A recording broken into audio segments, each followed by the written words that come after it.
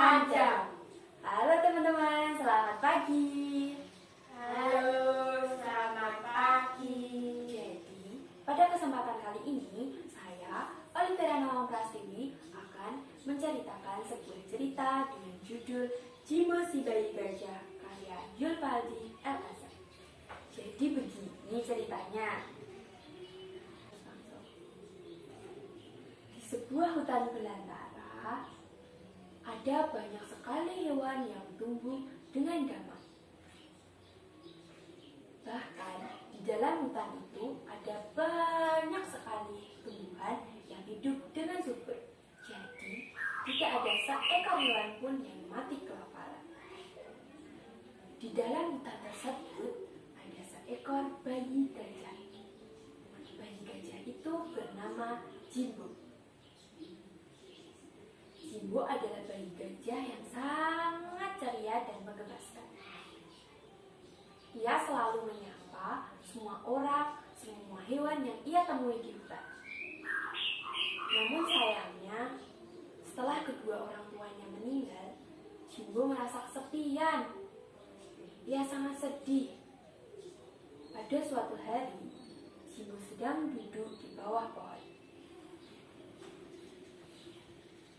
Aku sangat sedih.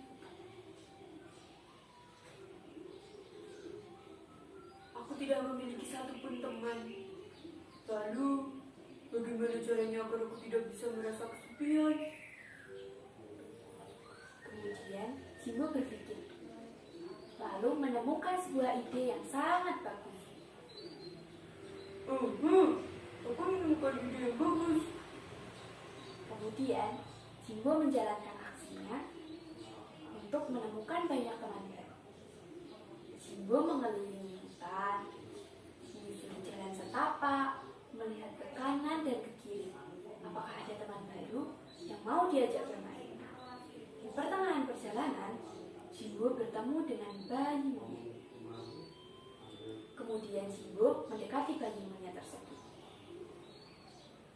Hai, aku Jimbo. Aku seekor bayi gajah. Hai, aku Fulby. Aku seekor monyet. Kemudian Jimbo menjawab. Hai Fulby, maukah kamu berteman denganku? Tapi Fulby menjawab dengan nada risau. Tidak mungkin, Gajah. Kita tidak mungkin berteman karena tubuhmu sangat besar. Kita tidak mungkin bisa bermain ayunan bersama karena pohon-pohon ini tidak bisa menampung tubuhmu yang berat itu. Kemudian Jimbo merasa sangat sedih. Ia kemudian meninggalkan Fulby sendirian.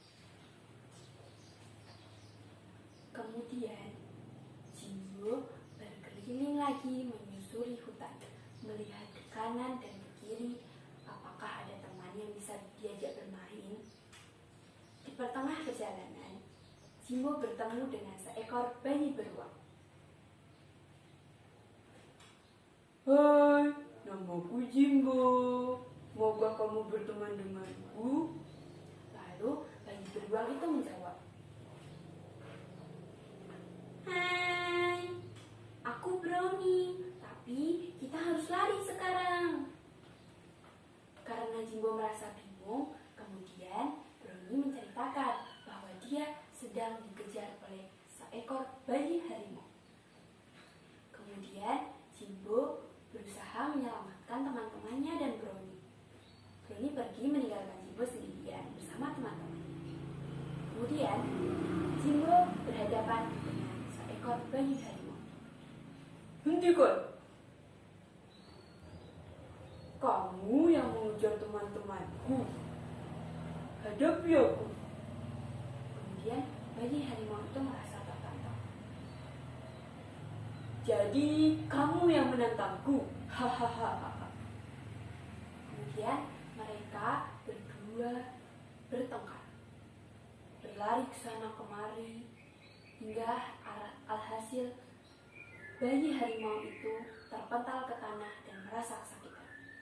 Karena karena merasa kesakitan, bayi harimau itu pergi meninggalkan Jimbo dan teman-temannya. Kemudian Jimbo mencari teman-temannya, lalu berkata, "Teman-teman, keluarlah. Bayi harimau tersebut telah pergi, jadi kita bisa bermain dengan tenang, bisa bermain bersama-sama." Kemudian semua teman-temannya berterima kasih kepada Jimbo. Mereka semua berkumpul menjadi satu dan bermain bersama. Tamat. Jadi begitu teman-teman ceritanya. Pesan moral yang bisa diambil dari cerita tersebut adalah kita harus bisa berteman dengan semua orang dan tolong menolong. Jadi diingat ya teman-teman. Terima kasih. Mimpi adalah kunci untuk kita menaklukkan dunia. Halo teman-teman, selamat pagi. Selamat pagi. Jadi, pada kesempatan kali ini, saya, Olivera Nawang Prastiwi, akan menceritakan sebuah cerita dengan judul Mimpi Sang Derek, karya Sonora Ayu. Jadi begini ceritanya. Di sebuah rumah, di suatu pagi, ada seorang gadis manis yang sedang minum teh. Gadis itu bernama Dara. Gadis dengan sejuta mimpi. Ia berasal dari keluarga yang sangat berkecukupan. Bahkan bisa dibilang ia berasal dari keluarga yang sangat kaya. Namun sayangnya, Dara tidak bisa menopang dirinya sendiri. Ia hanya bisa duduk di kursi roda. Karena itulah, kedua orang tuanya saling mencampakan Dara. Bahkan mungkin kakaknya juga merasa malu dengan kondisi fisik Dara. Kesehariannya, Dara hanya berada di dalam kamar dan di taman.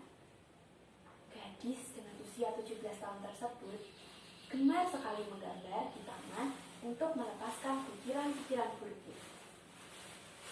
Suatu hari, Dara terjatuh dari kursi rodanya.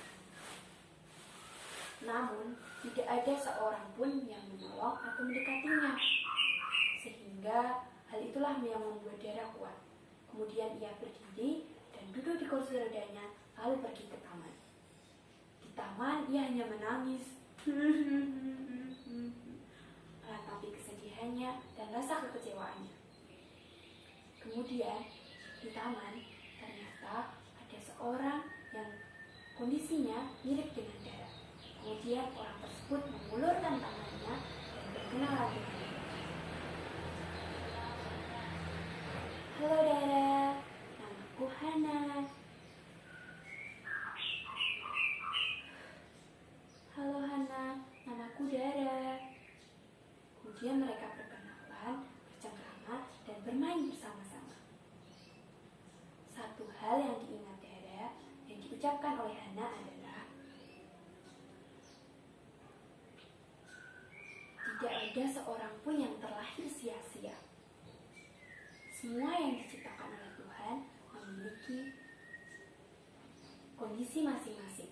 Semuanya berhak untuk bahagia. Kita harus bisa menerima diri kita sendiri. Itulah yang diucapkan oleh Hana.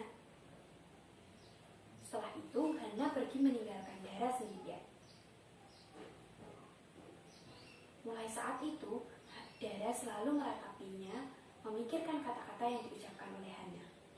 Berpikir bagaimana caranya agar dia bisa menerima dirinya sendiri.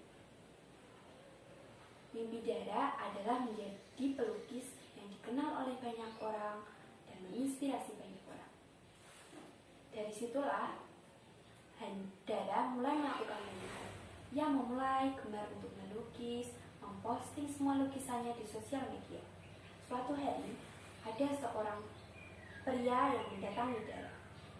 Kemudian pria itu mengajak Dara untuk bergabung dengannya mendirikan sebuah pameran lukisan. Orang tuanya Dara merasa sangat tercengang. Orang tuanya kaget, ternyata Dara mampu melakukan hal tersebut. Kemudian orang tuanya merasa bangga. Selang beberapa saat, pameran itu pun berlangsung. Pameran itu berlangsung dengan tema Mimpi Sang Dara. Kedua orang tuanya pun menghadiri pameran tersebut. Kedua orang tuanya menunjukkan bahwa mereka bangga dengan Dara. Sementara Dara pun bisa menerima kondisi fisiknya dan memanfaatkan apa yang ia punya. Dia juga merasa bangga karena ia berhasil untuk meraih cita-citanya. Jadi, begitu teman-teman ceritanya. Lalu, pesan moral yang bisa kita ambil adalah, pertama, kita harus bisa menerima apapun yang sudah kita miliki. Yang kedua, kita harus bisa memanfaatkan apa yang kita miliki. Sekian cerita dari saya dan terima kasih.